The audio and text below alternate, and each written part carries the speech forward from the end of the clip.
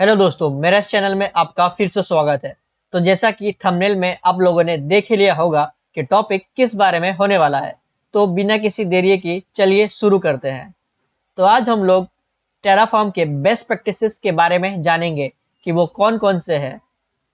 तो पहला है Terraform state and state file. तो चलिए इसमें होता क्या है इसको समझते हैं। तो जब भी हम लोग इंफ्रास्ट्रक्चर क्रिएट करते हैं तो उससे उसका स्टेट फाइल जनरेट होता है और वो terraform.tf स्टेट के नाम से बन जाता है।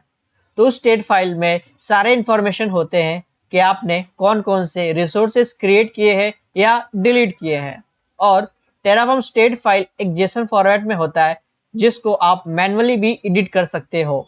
तो यहाँ पर आपका पहला बेस्ट प्रैक्टिस यही है कि उसको मैनुअली एडिट ना करें, उससे आपको काफ़ी प्रॉब्लम हो सकता है।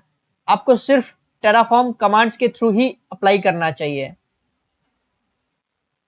Second best practice, always setup a shared remote storage. तो चलिए इसको जानते हैं कि क्या है। जब आप टेराफॉर्म अप्लाई कमांड यूज करते हो तो ये टेराफॉर्म स्टेट फाइल लोकली में बन जाता है। इट मीन्स ये आपके लोकल कंप्यूटर में ही बनता है। बट अगर आप एक टीम के साथ काम कर रहे हो तो आप क्या करोगे, क्योंकि हर एक मेंबर के पास अपनी अपनी एक स्टेट फाइल होगी और वो प्रॉपरली सिंकअप नहीं रहेगा। तो यहाँ पर हमको एक कॉमन स्टेट फाइल चाहिए होगा जिससे सबके पास एक जैसा ही लेटेस्ट अपडेट रहे। तो उसके लिए हमारे पास काफ़ी ऑप्शंस है, जैसा कि Amazon S3 आप यूज़ कर सकते हो, HashiCorp का टेराफॉर्म क्लाउड हो गया, एज्योर का ब्लॉब स्टोरेज और गूगल का cloud storage and much more. अब चलते हैं थर्ड बेस्ट प्रैक्टिसेस पर। मान लो कि आपके दो टीम मेंबर एक साथ ही उस टेराफॉर्म के कोड पर चेंजेस कर रहे हैं, तो उस टाइम आपको कन्फ्लिक्शन आ सकता है और वो टेराफॉर्म स्टेट फाइल करप्ट भी हो सकता है।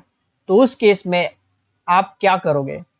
तो वहाँ पर थर्ड बेस्ट प्रैक्टिसेस यही है कि आपको स्टेट फाइल लॉक करना होगा।